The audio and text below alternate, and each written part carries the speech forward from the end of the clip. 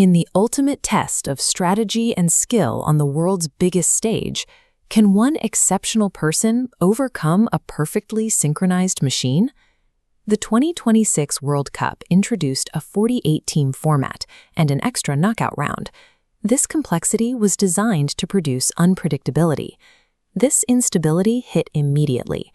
Germany was eliminated by Paraguay in the round of 32, proving legacy teams were vulnerable.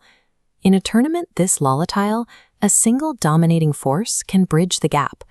Norway entered their match against Brazil as clear underdogs, but Erling Haaland dismantled the five-time champions using only 3 touches: right foot, left foot, and a strike. As the tournament hierarchy dissolved, it seemed as if pure individual talent had become the only reliable tool for survival. Kylian Mbappé utilized this environment to score 10 goals for France, the highest output from any single player in a tournament since 1970. At 39, Lionel Messi was performing at a record-shattering pace. He finished the summer with 8 goals and 21 key passes, while commanding 121 separate sequences involving 9 or more passes. Both players achieved historic personal milestones, yet neither Mbappé nor Messi was able to secure a championship title on the merit of those performances. This disconnect suggests that individual scoring records are an unreliable metric for predicting which team will actually lift the trophy. Spain approached the tournament as the antithesis of the soloist model. They operated as a synchronized unit built on the principle of absolute collectivism. Rodri functioned as the system's brain. He focused on controlling the flow of midfield sequences and maintaining possession, rather than hunting for goals. By monopolizing the ball, Spain protected their own goal. Unai Simon won the Golden Glove after securing 7 clean sheets, a tournament record that stemmed directly from the team's ability to keep the ball away from the opposition. This chart shows the shots on target allowed by the semifinalists. While other teams faced dozens of high-danger opportunities, Spain allowed a mere 11 shots on target across the entire World Cup. Extreme possession acts as a defensive shield. By starving the opposition of the ball, Spain ensured that even the most brilliant soloists had no opportunity to influence the match.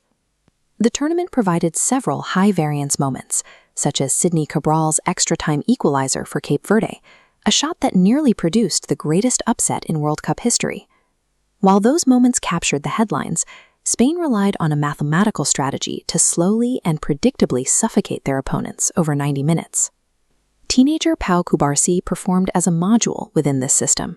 Because the defensive structure was so rigid, Spain was able to integrate a young player into high-stakes matches without risking a systemic collapse. When a team depends on a soloist, they're vulnerable to that player having a bad day. In a collective system, the unit absorbs that risk, maintaining its performance even when individual components fluctuate. Individualism relies on the hope of a singular moment of magic. Collectivism relies on the high probability of systemic control. The final matched a most statistically dominant individual in the sport against a team that operated like a factory. During the match, Spain's coordination completely neutralized Argentina's attack.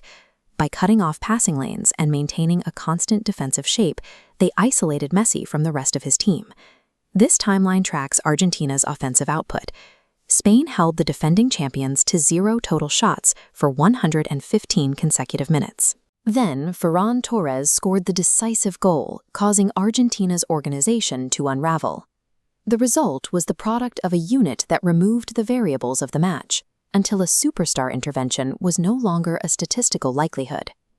The 2026 individual awards were won by the soloists who topped the stat sheets, but the World Cup trophy was won by the machine that controlled the ball.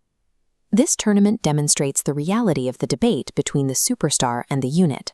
While a single player can influence a scoreline, they cannot reliably outwork a coordinated group over the course of a month-long tournament. Individual brilliance creates the viral highlights that generate global attention.